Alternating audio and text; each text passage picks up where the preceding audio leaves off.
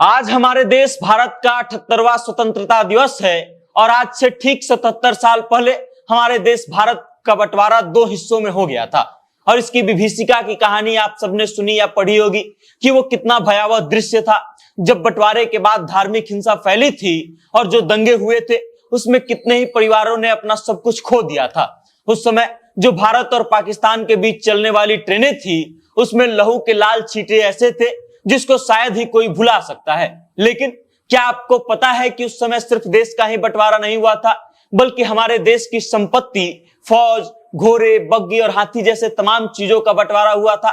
क्या आपको पता है कि यह बंटवारा कैसे हुआ था और किस आधार पर तय किया गया कि भारत के पास कितने सैनिक रहेंगे और पाकिस्तान के पास कितने?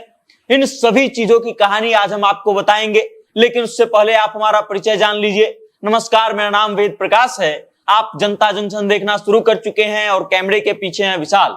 देश आज 78वां स्वतंत्रता दिवस का जश्न मना रहा है।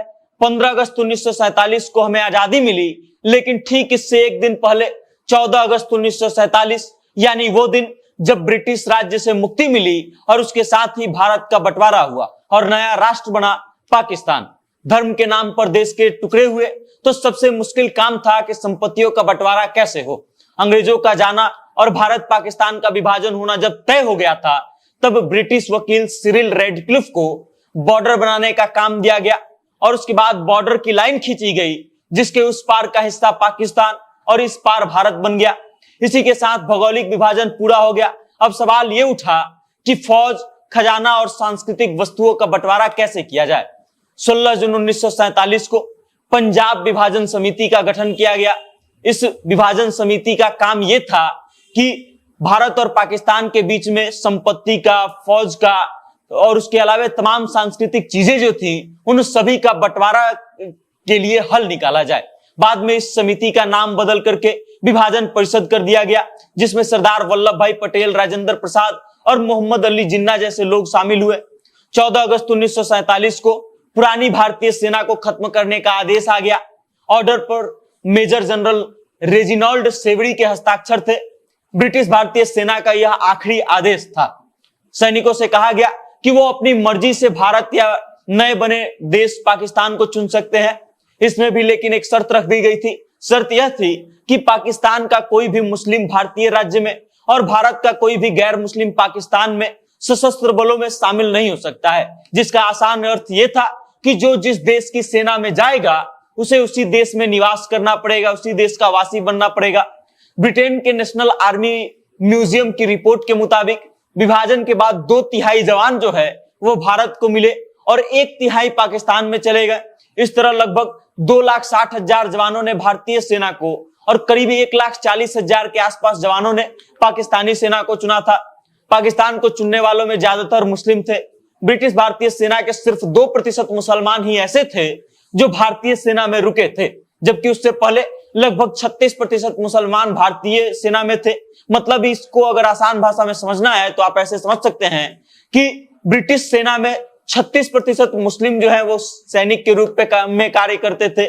लेकिन जब भारत और पाकिस्तान का विभाजन हुआ तो उस 36 में से 34% सैनिक जो है मुस्लिम सैनिक वो पाकिस्तान के साथ चले गए और मात्र 2% मुस्लिम सैनिक ऐसे बचे जो भारतीय सेना में थे। सेना के बंटवारे के बाद दूसरी बड़ी चुनौती यह थी कि धन का बंटवारा कैसे किया जाए। विभाजन समझौते के अनुसार पाकिस्तान को ब्रिटिश भारत की संपत्ति और देनदारी का 17.5% हिस्सा मिला। मतलब यह कि 17.5% जिम्मेदारी दी जाएगी। विभाजन परिषद ने तय किया था कि एक ही केंद्रीय बैंक जो है 1 साल तक दोनों देश में सेवाएं संचालित करेगा। 31 मार्च 1948 तक दोनों देश मौजूदा सिक्के और मुद्रा को जारी रखेंगे, कोई जो उसमें बदलाव नहीं करेगा और एक ही जगह के सिक्के और नोट जो हैं वो दोनों देशों में चलते रहेंगे।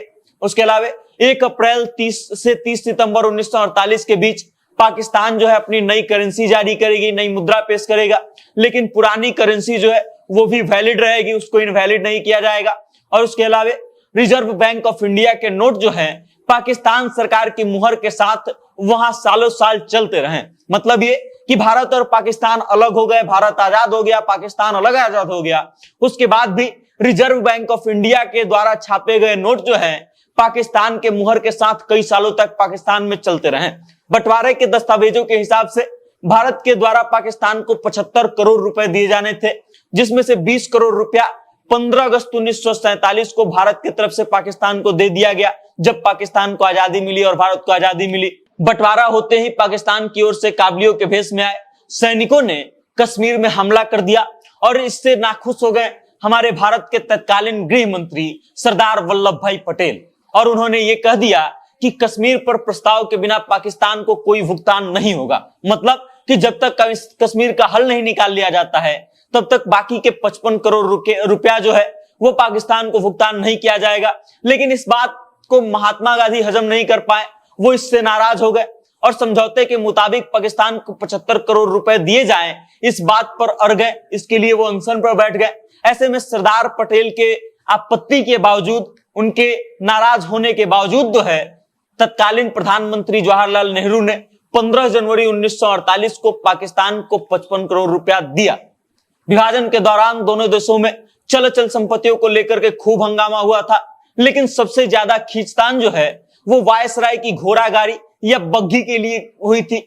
वायसराय के पास हाथ से गढ़ी सोने और चांदी से बनी 12 बग्घियां थी। इनमें से 6 बग्घी सोने और 6 चांदी की थी, जिस पर शानदार सजावट थी और लाल मखमली गद्दियां लगी हुई थी। भारत के वायसराय और शाही मेहमानों को इनमें बिठाकर राजधानी में घुमाया जाता था, लेकिन समस्या ये थी कि बग्घियों के सेट को तोड़ना ठीक नहीं था। ऐसे में तय ये किया गया कि एक को सोने की और दूसरे देश को चांदी की बग्घी दे दी जाए। दोनों देश जो है सोने की बग्घी लेने पर अड़े रहे। कई दिनों तक बहसबाजी हुई, लेकिन कोई फैसला नहीं हो पाया। फिर तय हुआ कि सिक्का उछालकर इस बात का फैसला किया जाएगा कि कौन सी बग्घी किसके हिस्से में जाएगी। तब वायसराय लॉर्ड माउंटबेटन के एडीसी लेफ्टिनेंट कमांडर पीटर होज ने अपनी जेब से चांदी का एक सिक्का निकाला और हवा में उछाल दिया। इस दौरान पाकिस्तानी सेना के उस वक्त के नवनियुक्त हुए कमांडर मेजर याकूब खां और भारतीय सेना के कमांडर मेजर गोविंद सिंह भी खड़े थे। विभाजन से पहले दोनों वायसराय के बॉडीगार्ड हुआ करते थे। सिक्का खनकता हुआ जमीन पर जब गिरा तो तीनों देखने लगे और तभी मेजर गोविंद सिंह खुशी से चिल्लाए, सोने की बग्घियां भारत की हुई। संपत्ति के बंटवारे के दौरान बंगाल के वन विभाग के स्वामित्व वाला एक हाथी जयमुनी को लेकर के भी रस्साकसी हुई थी। दरअसल उस वक्त हाथी जयमुनी की कीमत जो है एक स्टेशन वैगन यानी कि एक लग्जरी कार के बराबर थी। तय हुआ कि भारत को गाड़ी मिलेगा और पाकिस्तान को जयमुनी। तो ये थी भारत और पाकिस्तान के बंटवारे की पूरी कहानी। अब आपको ये कहानी कैसे लगी और आपको क्या लगता है कि जिस तरीके से भारत और पाकिस्तान के बीच में संपत्तियों का बंटवारा किया गया था वो कैसा था? अपनी राय कमेंट करके हम तक जरूर भेजिएगा और देखते रहिएगा जनता जंक्शन। बहुत बहुत धन्यवाद।